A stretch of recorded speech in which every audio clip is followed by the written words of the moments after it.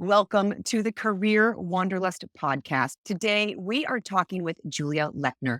Julia is an award winning storyteller and an award winning content marketer who currently serves as Nextdoor's head of editorial and social media. She builds and leads high performing editorial, social media, and creative teams who specialize in generating dynamic content that really elevates brands, engages consumers, and makes companies money. Now, fun fact, Julia also performs live at improv comedy and storytelling shows around Los Angeles. She has even won the Moth Story Slam twice and the Moth Grand Slam storytelling competitions. So check her out if you're in the LA area. Now, I'm really excited to learn more. Julia, thank you for joining us on the Career Wanderlust podcast. I'm happy to be here. Thank you so much for having me, Jolie. Oh, I'm excited to chat with you. I mean, you have had a very fascinating career. You've worked your way up. I mean, your position with Nextdoor is amazing. Tell us what you feel has been some key career advice you've received that's really helped you in your journey. Happy to share. A through line that has really impacted me is following my curiosity throughout my career. And that's advice I received very early in. My first career position was as a newspaper reporter for a Mhm. daily Gannett paper in Southern New Jersey. And of course, if you happen to look at my resume or learn more from this chat, I've been in several different industries throughout my career, working for different platforms and companies. And I think that's something that one can expect throughout our careers. I'm a Mhm. millennial, so things have changed. Some of the things I learned in college are not the things I'm working on currently. Twitter was brand new at the time, and obviously it's not called Twitter anymore. So things change over time. And so really the commonality is from every role or next move that I take, I just try and follow what makes me curious and what I'd like to learn next and get out of my next position, Mm, whether that mm, from an individual contributor to a leader or wanting to explore a different industry that's new to me. And mhm. that's always served me well and also kept me motivated to want to keep learning because I'm there because there's something that I'm specifically looking to get out of that position. I love that. I mean, you're combining your curiosity with making sure it's knowing what you want. That curiosity, you're tapping into what's that tuning fork inside of you telling you, what do you need next? What is missing? What is that piece that you want in your next big step? I love that. And that's great advice to share. And have you found that that has brought you on a different kind of journey than you would say others have had? Yes, I think as a result of that, I've moved cross country for a different career. I don't live where I grew up. I grew up in Jersey, started in journalism, and saw an opportunity to move into a different industry and actually like talked myself into a role in Los Angeles. So that alone was not necessarily a part of the roadmap of a cross country move. And since then, have ended up in different industries that I didn't necessarily anticipate from the beginning. For example, I've worked in podcasting, and that was not I love being on podcasts now too, so it's happy to be here, but, years ago, that was something that was new and unfamiliar to a lot of people, so I think remaining curious, but also open and adaptable because change is constant and we can't necessarily anticipate what technologies or industries will exist in a few years, so that's served me well to Mhm. be adaptable, and Right. it's okay if it changes. I'm curious about different things now than I was 10 years ago, and I'm sure that can maybe continue to be the case throughout my career. Right. And that's what you want to continue honoring in life and in your career, both. Both. But you're right. Things are constantly changing. I mean, just when you're talking about the technology with Twitter to X, I mean, right now we're in the whole mix of, is TikTok, what's going to change with TikTok, with the legislation and whatnot. I mean, you just never know what's going to happen, especially as a marketer. All the tools constantly keep changing, don't they? So how do you adjust to that? Like what do you feel has served you well in the constant flux of consistently changing technology? I finding those common threads of what I know to be true about myself, is helpful. So even though things may change in terms of the industry or the types of platforms I'm working with, there are through lines I've identified for myself. I enjoy writing, speaking, storytelling, producing content. And now that I've moved into a leadership role, I've always really enjoyed coaching people and kind of acting as like a servant leadership sort of role with my teams. So those things can remain true even if I've pivoted from journalism to entertainment to now a tech role have all been very different. So there are some learning opportunities there, but I'm able to remain true to who I am and the values that I have moving forward. So that's been helpful to ground myself. Mhm. Do you find your current position is a benefit to all of the previous different kinds of experiences and industries that you've had to bring together to this moment? Yes, I'm really fortunate. I'm working in tech, and granted, I'm not the one actually developing our platform. I'm still in an editorial and social role with Nextdoor, but that's one of the things that really appealed to me about joining Nextdoor is it is a smaller organization than where I was previously, and I was ready to move into a role where I could really build something from the ground up. And there are so many people at our company who come from different industries and places, so I think having diverse perspectives always serves an organization well. So I've learned so much from the people that I work with at Nextdoor. What is advice you would give someone who's going into a role where they are going to build from the ground up for the first time? Because it's a really big deal. And I actually know there's a lot of positions that are opening up like this, and a lot of people moving into these things from a different kind of experience, if you will. Is there anything you would say that's helpful? Surrounding yourself with a great network of people, mentors, advisors, advocates is extremely helpful. I felt confident to make this move because I was really fortunate in my previous role to have managers and mentors who really poured a lot into me and helped coach me. And I was able to learn from them and kind of put together the playbook of what it would look like when it was time for me to move into this kind of role myself. And I also still work remote. Not everyone in our company does, but I am a remote employee from Los Angeles. So I think it's really important to seek out those networks as well. So I'm a member of a several employee groups and also keep in touch with quite a few people who I can go to when I have questions because we don't have all the answers. So I think it's important to always be learning and to know who you can go to with various questions, whether it's, actually building a specific effort or team or things like people management, EQ questions, et cetera, to have people you feel comfortable confiding in and getting advice from. Absolutely. Having those people are vital. And even when you don't have those people, I was thinking when you were talking about that, that even when you don't have those people, you mentioned emulating, right? And I was like, yes, even if you don't have someone who's actively mentoring you, you can look at leaders who you admire and emulate the aspects about them that you admire and bring those into your own experience, which is a nice reminder. So thank you for that. And what about a story? Because you've had a lot of different experiences. So what's been something that's happened in your career that was impactful for you? Actually, you learned something really important, and that sharing this actually might help other people by learning what you learned along the way. Prior to Nextdoor, I worked with Paramount for 6 years. We went through Mhm. a few name changes. So CBS, Viacom CBS, Paramount, ultimately. I had an opportunity to wear many hats during my time there. Something I look back on fondly that was like a fun side quest, essentially, project that I got to do at Nextdoor was I spent a few months hosting, producing, booking, putting together a podcast for TV Guide at the time. So it was a Nice. podcast about those made for TV holiday movies that you see Oh, on like great. Hallmark. And TV Guide was looking to expand into podcasting, wanted to have a sense of how to quickly put together, scale, build a podcast Mhm. and kind of put that playbook together of what it would look like. And it was one of those opportunities that came to me because I've always this is not something I did as much when I earlier in my career and I've gotten better at is sharing all facets of what I do. So people at Mm. my work were familiar that I had a history in podcasting, that I do comedy in my free time, that I'm obsessed with holiday movies. So essentially when this came up, they knew like, well, Julia would be perfect to Yes. work on this podcast and put this together. So I think it's really important to be open to the extent that you're comfortable. Like, don't hide portions of yourself if it's something you think you can lend to your organization.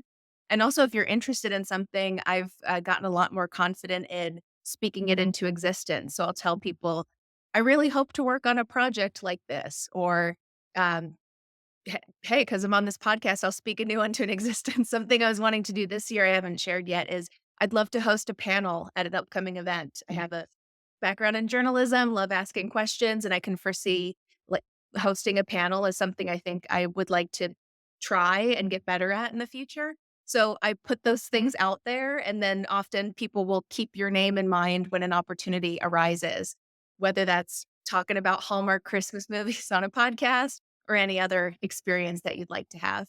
I mean, such great advice. You do speak things into existence. There is so much power in knowing what you want, telling people what you want, and consistently speaking. It's the whole think as if, speak as if, act as if, right? And that's exactly what you're doing. I love it. And it's great, great advice all around. Anybody that's feeling what you want, start talking about it and bring it into your existence. Thank you for that. I mean, that was a really helpful story all around, actually, from multiple levels. Because I really feel that bringing your authentic self to your workplace makes a huge difference. And a lot of people in general will hide aspects of themselves in the professional environment. And I think the more you open up about the things that you enjoy and really what makes you you, the more and powerful your connections are in that environment. And actually, the higher you're going to move, is in my personal opinion. I'm curious if you found this to be true for yourself. Yes, and it's also helped me moving into a leadership role in recent years. Like I want to do the best I can for my people. So if they are really honest with me of, this project isn't the right fit or this is what I foresee myself doing in the future, I want to help figure out how to set up a plan to get them to where they hope to go in the future. One example that comes to mind is the way I kind of got into leadership initially was I sort of raised my hand to start mentoring our summer interns in a prior role, prior to being an official, like, people leader within the organization. And I remember talking to an intern who clearly wanted to be, like, on camera entertainment personality. However, the internship really was not that at all. So we Mhm. really did talk quite a bit about, like, here's how we can best serve you and kind of give you some tools that will be helpful in your career. But quite frankly, like this is not the trajectory if your goal is to be on camera. We are the people behind the computers making it happen. So really to be able to put that together, but I sort of had to pull that out of her a little bit. And in the end, it served her better to just really be open about it because all of us really wanted to help her to get to what her dream was and to achieve that. So I think it's really important to reflect and be honest with yourself of what you want and then, speak to others because great managers, coaches, and colleagues want to help you get there. Absolutely. Is there something that you do as a leader, as a manager, that you believe helps your team? And there's something that maybe you bring unique to the table, or something that other leaders might not be doing that you could share with us? I certainly wouldn't say I have any secrets. I really am fortunate to hopefully be reflecting on like what the managers and mentors have done for me, which is what made me want to be a Right. people leader was having great people. Something I really appreciated from a prior manager um, was really setting up their people to have the wins and to be able to celebrate great moments on the team. Like they were not looking to be in the spotlight. They really did such a wonderful job that when there was something to celebrate, to share with the company, to put out there, that he really made a point of amplifying the people who had contributed to that project, coaching them to feel comfortable to be able to be in a room with a company leader or what have you, but to Mhm. set his people up to be able to shine and share. And that was something that was really important to me because I am admittedly like I'm comfortable being in the spotlight, but like it's not about you in those moments. It's really like how can I set someone else up and coach them to feel comfortable to step into that. So I really try to come from like a servant leadership perspective Mhm. and how can I put them forward to, I don't want anyone out there not feeling comfortable, but like how can we coach you, get ready? How can we, do a dress rehearsal so now you're the one that is shining and sharing your projects yourself? I love that. That's what makes an excellent leader right there, 100%. I love that. Creating positive teams through this type of leadership. I would love to know what your experience has been like at Nextdoor. Could you tell us a little bit about Nextdoor, what you guys do well, and what do you look for in talent?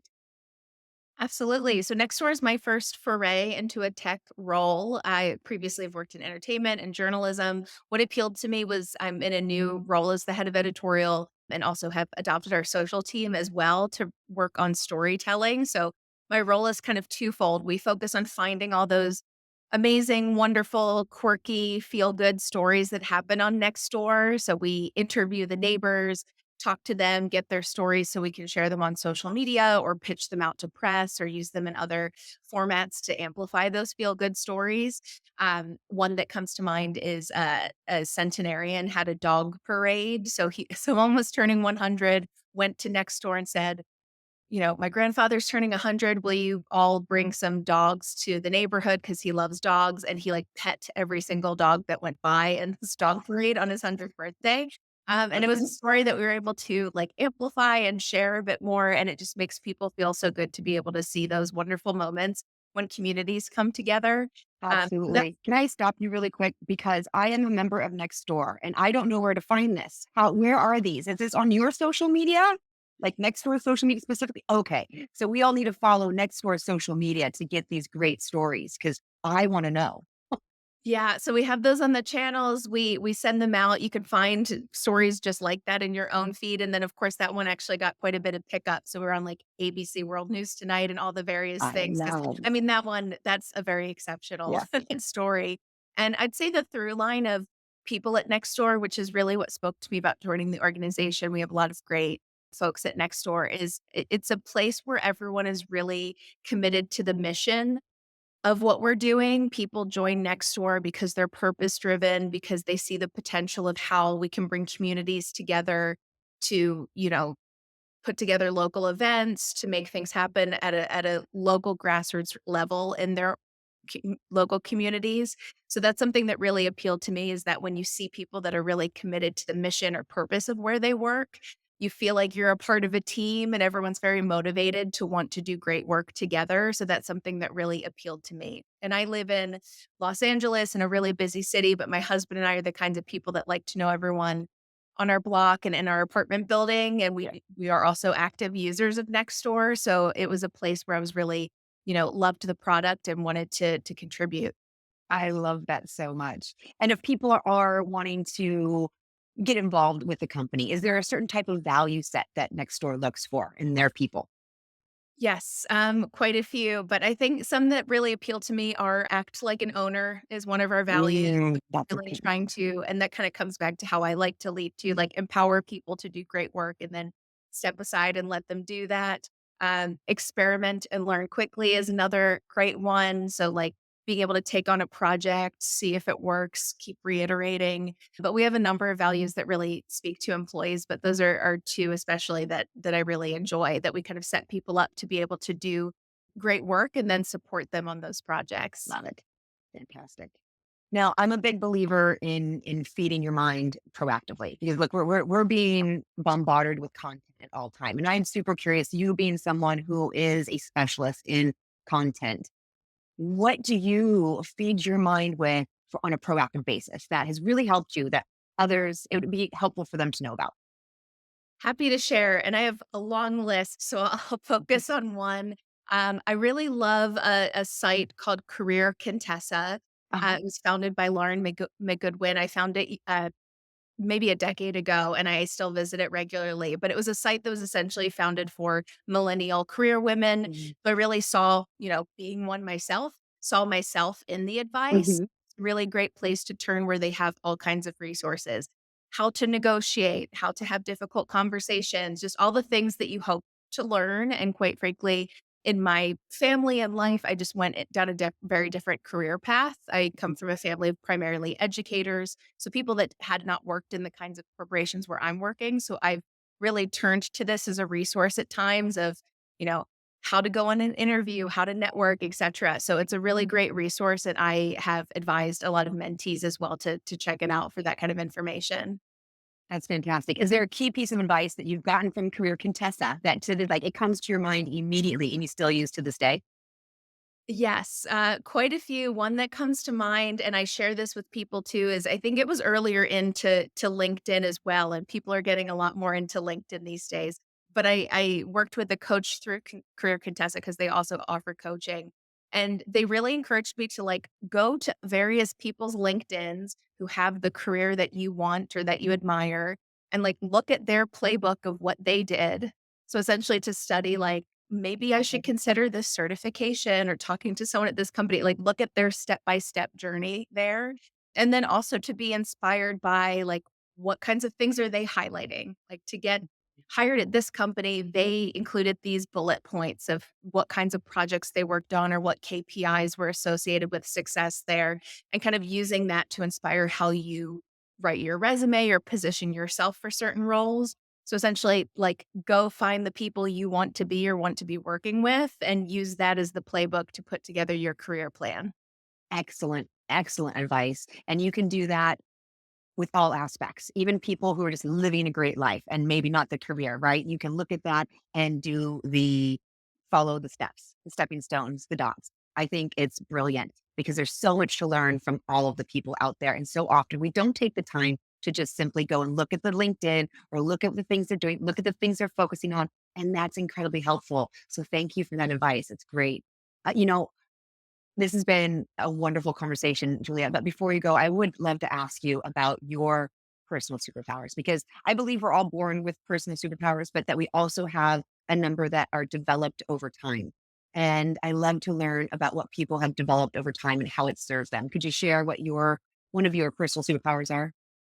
Happy to. It might not be rare, but I know it's a fear for many, which is my comfort with public speaking and also with sharing, you know, personal things about myself or even embarrassing things on stage. As we mentioned, this is more so a professional podcast, but I do comedy in my free time. I had a life goal achieved last year of winning the Moth Grand Slam from sharing a That is funny story fantastic. from my life on stage. So for many people, that sounds like an absolute nightmare being on stage and, doing that kind of thing. But I really love doing it. And it served me both personally and professionally to be able to do that. But I think sharing your own personal stories are really humanizing. They bring people together. Often I get off stage and someone will say, "Oh, that happened to me. I've just never shared that before. Oh my gosh, I'm so glad you said that. I lived that too." So it really fills me up and makes me feel great to come off stage and hear that something I shared resonated with an audience, and hopefully they can laugh at it too, and it's kind of a stress buster as well, but I consider that to be my own personal superpower. I love this. And let me ask you, were you ever nervous about giving speeches before you started developing the superpower? I don't feel a huge amount of nerves, but I think I have that adrenaline rush, and those can often feel the same Mhm. for many. So, advice I give to people who do feel nerves going on stage is almost like reframe it as I'm so excited to be up here. I'm so pumped. Like my heart rate and body know that I'm about to do something awesome. Because, quite frankly, the feeling of like nerves and excited adrenaline are in many ways similar. One So I thing. think that's really helpful to just like reframe and trick yourself into thinking you're just really excited to be up there. That's some of my favorite advice, honestly, because you can use that in everything. And you're absolutely right. It's the same feeling. It's just the story you're telling yourself is what it's all about. So you change the story and it changes everything really. And I asked, I was curious because I connect with this a lot because I love public speaking. It's something that I absolutely love. I love getting on stage and speeches. But it's not something I always loved. It was something that I was interested in learning and growing that experience. But initially I was very fearful and very like the knees knocking, the hands shaking, and still the hands will sometimes just not, I feel great. I'm super excited, but the hands might just a little bit, but I love it, but that took time. It was developed over time. It was over practice and it was continuously trying and continuously pushing myself even when I felt scared, even when I felt nervous. And that unfamiliarness, the more I did it, became more familiar and more familiar until it was just like, I love this. and, That you and can get I more. And yeah, yeah, and I've actually encouraged many if they feel like they're in that moment of transitioning, like from fear to comfort there, it's also okay to call it out on stage, to say something like, "Oh my gosh, my hands are shaking because 'cause I'm so excited to be talking yeah, to you all," or like, "This is such a big I was a little nervous because it's such a great crowd, but I'm excited to be here." Like, people want to root for you, so I actually think putting it exactly. out there many times, like, you become the underdog in the room and people are excited to watch you succeed. Exactly. So you just don't let those things, anything that you want to learn or grow, even if you're scared or you're not, it's unfamiliar, it's weird. Just the more you do it, the more familiar you get, you absolutely can develop it. You can actually create something that started as nothing, fear, worry, anxiety, and you can turn that into a superpower. And so I love talking to people about what they've developed in their lives. Thank you so much for sharing. I think that's great. Julia, this has been wonderful. Thank you for joining us on the Career Wonderlist podcast. It was a pleasure. Thank you again for having me. And actually, before I let you go, are you still on the circuit in LA doing the improvs? Can people find you? You can, and, depending on the release date, I'm actually about to do another Moth Grand Slam next week. I got Oh my asked to gosh. come perform, and that's why it's always good to say yes because it was kind of a last minute ask of, like, "Can Mhm. you come up and fill a slot for us?" So I'm going to be performing next week, but I do perform regularly, so you can find me on Instagram, LinkedIn to know more, but I do have quite a few shows coming up, in the next few months that I'm excited for. That's very cool. Definitely check her out. Check out Julia if you're in the LA area. I'll look you up, Julia, when I'm in LA or next. It's coming up in a couple months. So that would be really fun. Lovely, looking forward to Yes. seeing you. Yeah. Thank you. You take care. Thank you for joining us on the Career Wanderlust podcast. If you find value in learning from others, give us a like and subscribe. If you're looking to grow your communications, marketing, public relations, or sales and biz dev team with the best talent and quickly, check us out at paradigmstaffing.com and submit a request. We are wishing you a most successful and fulfilling career. Until next time.